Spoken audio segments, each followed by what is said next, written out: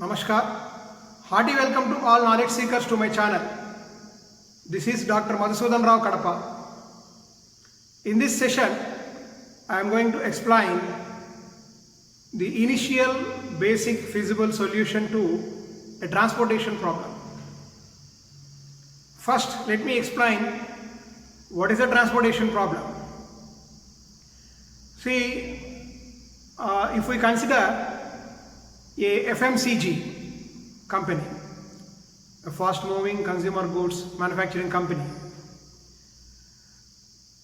in order to meet the demands of different marketplaces,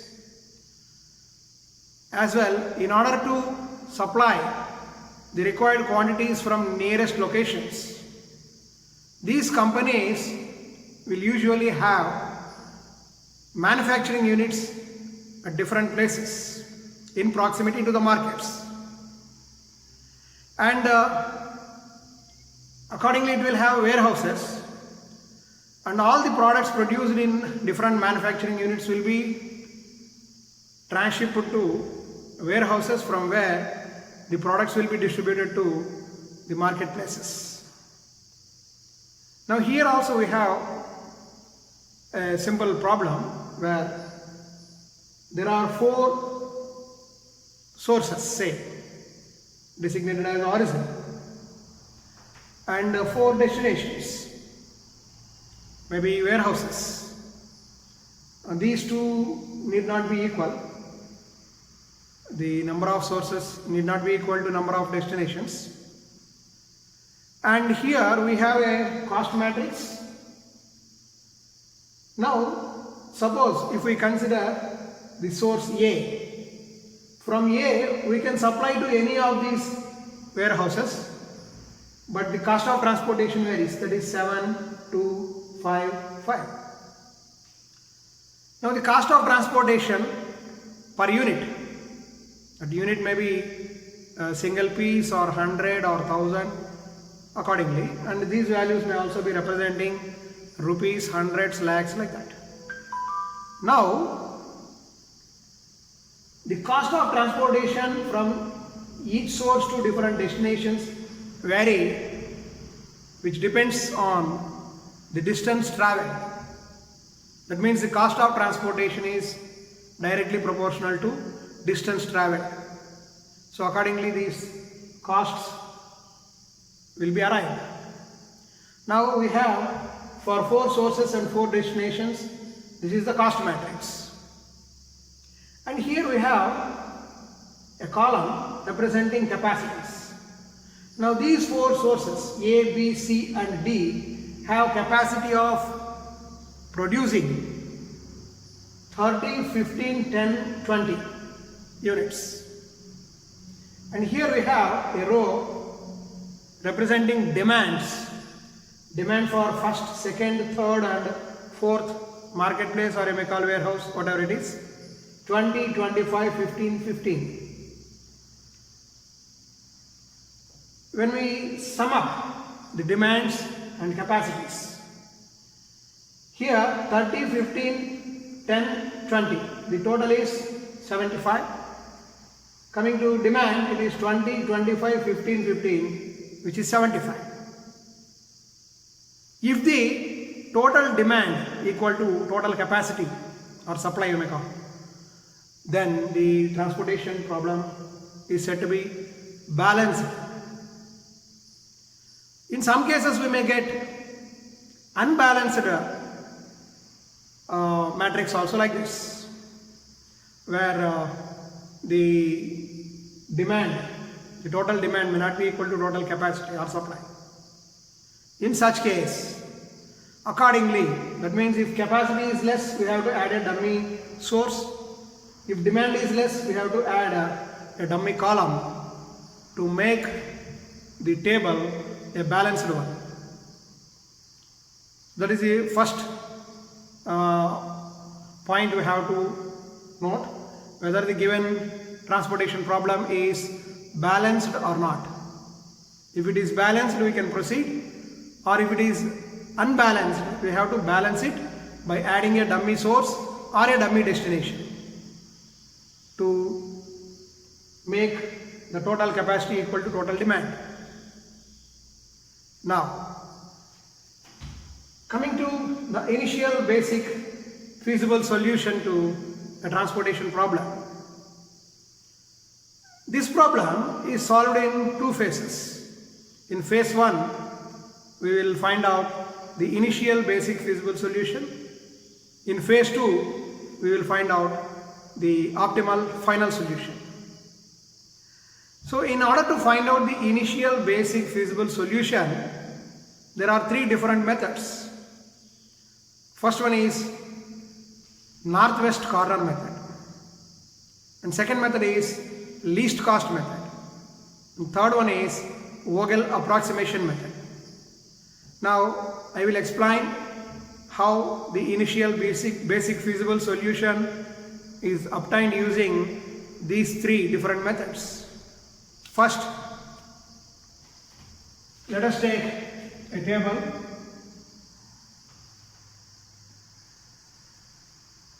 Like this.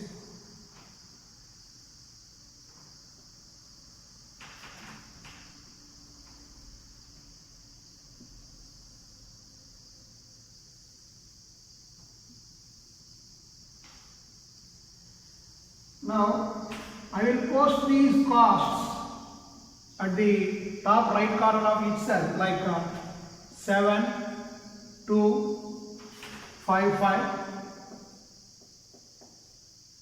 And for second source 4, 4, 6, 5. And for third source 5, 3, 3, 2.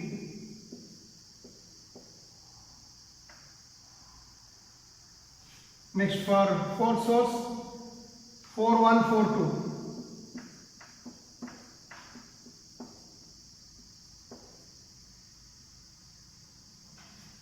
Now I am using northwest corner method to find the initial basic feasible solution to this problem. Capacity 30, 15, 10, 20 here, and total is 75. And the demand, it is 20, 25, 15, 15. Now in northwest corner method, we will proceed from northwest corner cell, irrespective of the unit cost of transportation. We will start from northwest corner cell and move towards southeast corner. Now in a map, you know, the top side represents north, bottom one is south, and the right side is east and left side is west. Now northwest corner is this particular cell. Now first allocate as much as possible in the northwest corner cell. Now here the demand for this destination, one is 20, whereas capacity is 30. So we can allocate a maximum of 20 units here so that the demand is satisfied. So if your demand is satisfied, strike it out, or if capacity is exhausted, strike off that particular value. Now out of 30, when we allocate 20 in this cell, still there is a quantity of 10 units remaining, capacity of 10 units is remaining. Then if your column is satisfied, now this column is satisfied, we cannot make any allocation in this column, particular column, because the demand is exhausted. Move towards right. If your column is exhausted, move towards right. If your row is exhausted, move vertically downwards. Now as the column is exhausted, we are moving towards right. Here the demand is 25, whereas capacity is 10. So we can allocate a maximum of 10 units here, and this row is exhausted. And here still a demand of 15 units remain. Now we have to move vertically downwards to the next cell, to this cell. Here the requirement is 15 and availability is also 15. So we can allocate 15 here at a time. The row and column are satisfied. If the row and column are satisfied at a time, then move diagonally to the next cell. If your row is exhausted, we are moving vertically downwards. If your column is exhausted, we are moving horizontally to the next cell. But when at a time, if your row and column are exhausted, we have to move diagonally like this. And here in this particular cell, the demand is 15, capacity is 10, so we can allocate a maximum of 10 units here. This row is exhausted, so we have to move vertically downwards. Here we have 5 units. This 5 we can allocate in this cell. Then the remaining capacity is 15. Now moving to the right, here the requirement is 15 and demand capacity is also 15. So with this, the allocation is complete. Now we have allocations in these cells: 20, 10, 15, 10, 5, 15. This is how we can allocate without following any logic or without considering the cost of transportation like that. We have made allocations following a pattern, moving from northwest corner to southeast corner like this. Now let me check, if we make allocations like this, what is the total cost of transportation for this combination? Now the total cost of transportation we can write like this: total cost of transportation equal to 20. Here the unit cost of transportation is 7. If we transship 20 units, 20 into 7 plus, for the next cell it is 10 into 2 plus, for the next cell it is 15 into 4, and in the next cell it is 10 into 3,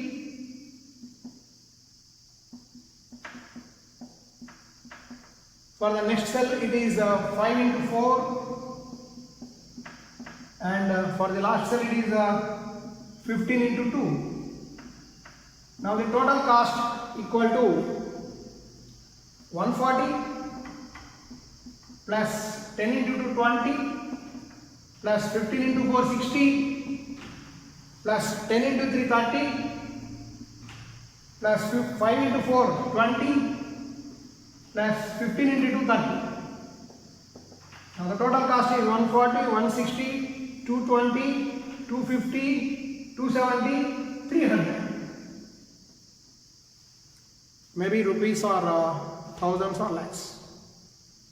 So this is how we can find the initial basic feasible solution using northwest corner method.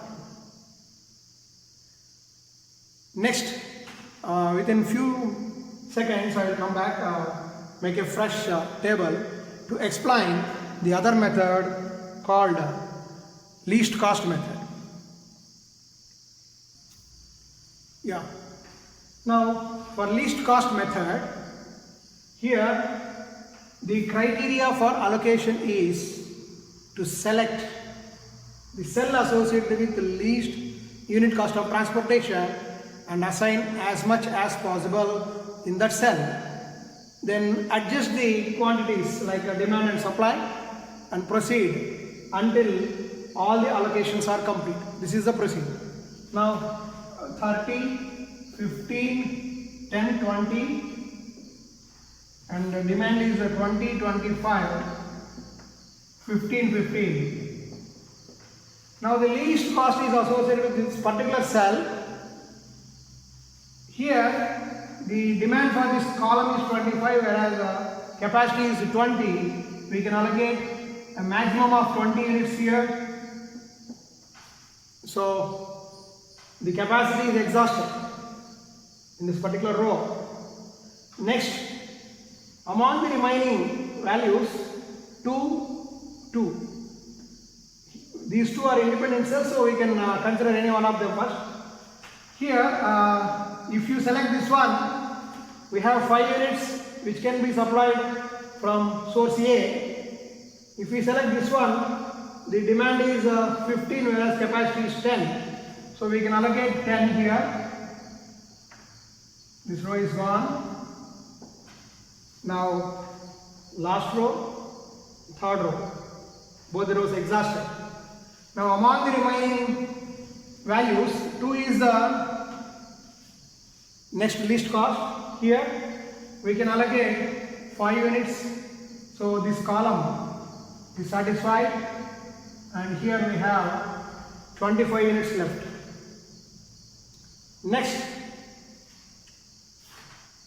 Next least cost is 4.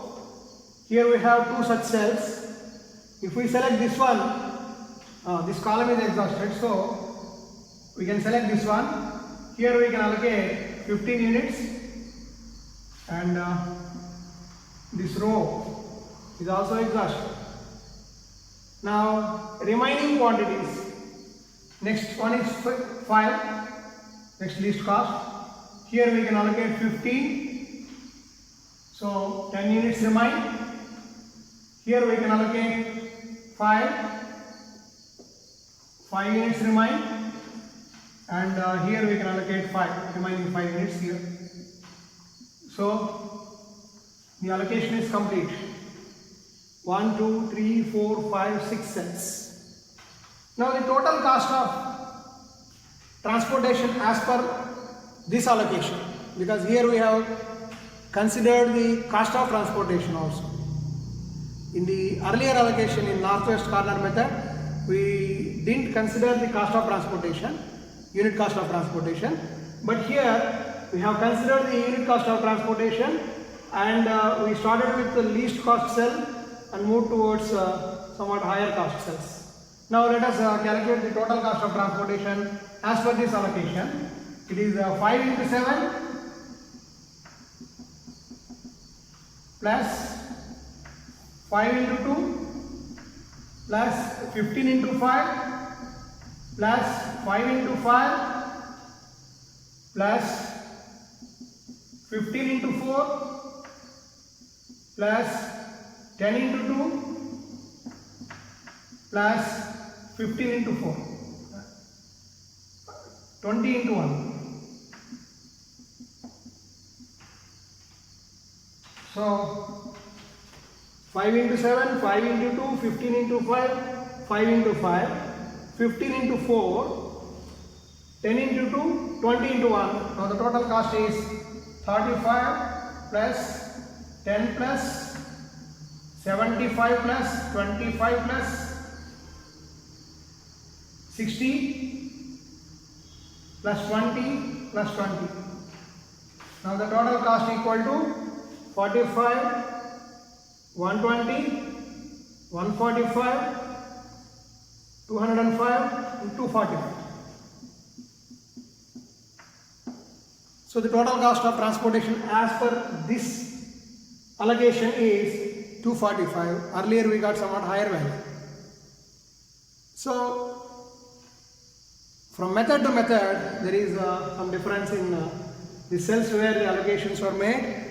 Accordingly there is some economy in the cost of transportation. And to explain the next method, that is Vogel approximation method, quickly I have to take a table here. I will come back within a few seconds, please. Yeah, now I have made a fresh table to explain the allocations in different cells using Vogel approximation method. Here in this method, we will consider the concept called penalty. For example, if you take the first row, the least cost is associated with this cell 1, 2, where the unit cost of transportation is 2. Now suppose instead of allocating in this cell, if you allocate in this particular cell or this cell, there is increase in transportation cost by 3 units. Suppose if allocation is made here, the increase in transportation cost is 5. Now, instead of allocating in a particular cell, if we allocate in some other cell with higher cost, then the difference is called penalty.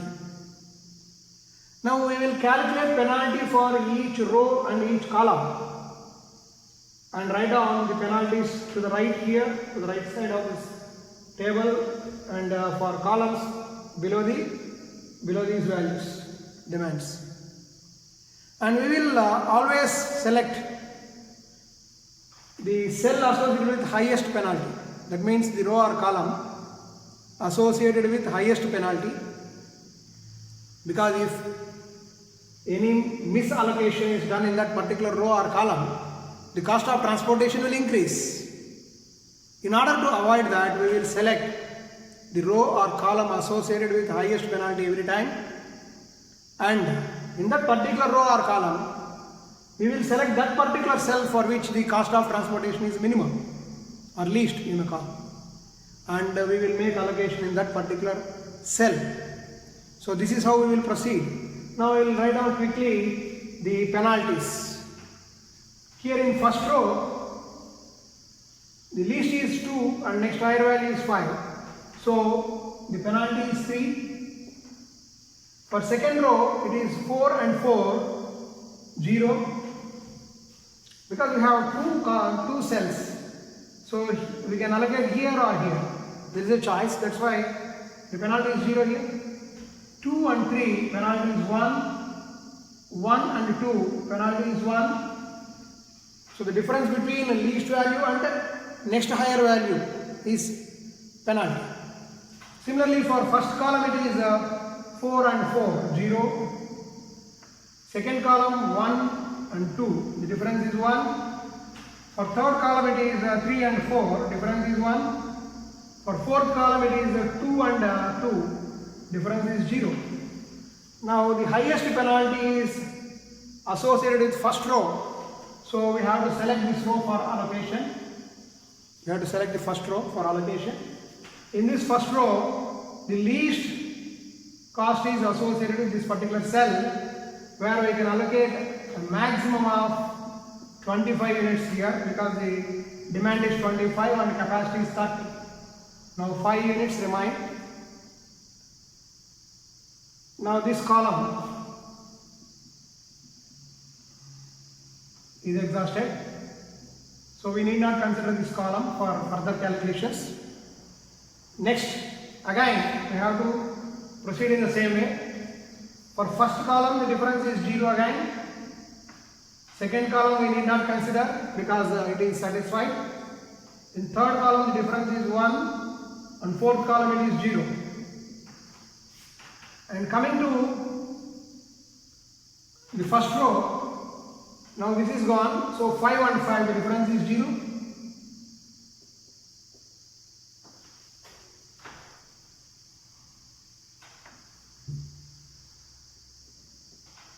Next, 4 and 5, difference is 1.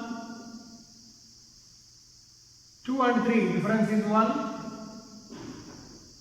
2 and 4, difference is 2. Now the highest penalty is the 2. So we have to select this row for allocation. In this row, 2 is the least value here. So we can allocate in this cell, we can allocate 15, the maximum quantity which can be allocated for this particular cell. And this column is also exhausted. Here we will have a balance of 5 units after subtracting this from the capacity. Now again, for next iteration we have to proceed. For first column it is 2, difference between 5 and 7. Second column also, second row also 2, and third also 2. Fourth row it is 0. Similarly, in first column 0, second column and fourth column need not be considered, and here it is 1. Now we have 2, 2, 2. Among this, if we select this particular row, we have to make allocation here. If we select this one, we have to make allocation here. If we select this one, we have to make allocation here. So 5, 4, 3. Among these 3, this is of least cost, so let us select this row. So here we can allocate a maximum of 10 units. 5 units remain. This row is satisfied. this allocation, and for next iteration the difference for first column it is 0 again, for second column it is 2 and 4, 2, for second column, it is for third column, second column is gone, third column, it is 4 and 5, 1, and coming to row, for first row it is 2 again, second row it is 2, third row is exhausted, for fourth row it is 0. Now we can select, if we select this row, we have to allocate here. If we select this row, we have to allocate here. Now, considering this one, we can allocate a maximum of 15 here. So 5 units remain here. This one is also exhausted.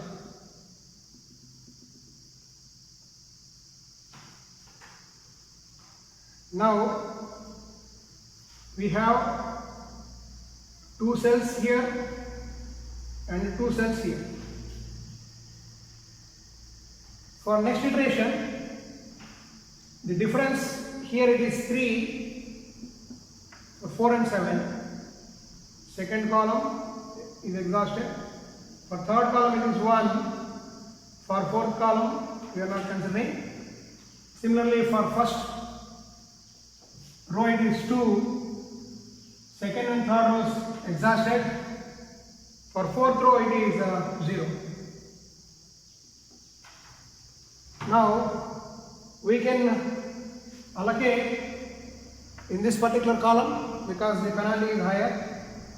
So we may allocate in this cell because among these two, this cell is of lesser cost. So we can allocate 5 here. This is gone, and this column is also satisfied. Now we have only one column or one row. If we have like that, only one column or one row left. In such case, allocate the remaining balance there. Here we have 5 units, 5. We can allocate here, and this is gone and this is also gone. So 1, 2, 3, 4, 5, 6 cells. In these 6 cells, we have done allocations following this logic. Now let us check the total cost. Now total cost of transportation equal to, straight away I am writing 25 into 250 plus 5 into 525 plus 15 into 460 plus 10 into 3 30 plus 5 into 4 20 plus 15 into 2 30. The total cost is 75, 135, 165, 165 plus 20, 185 plus 30, 215. So among these 3 methods which we use to calculate the total cost of transportation, for initial basic feasible solution, in majority of cases, Vogel approximation method will give somewhat better initial basic feasible solution. Sometimes the total cost for Vogel as well as least cost methods may be equal, but majority of time Vogel approximation method will give us the better solution. So in next video, because the length of video is increasing, in next video I will explain how to find the optimal solution, that is final solution to the transportation problem using modified distribution method. Thank you.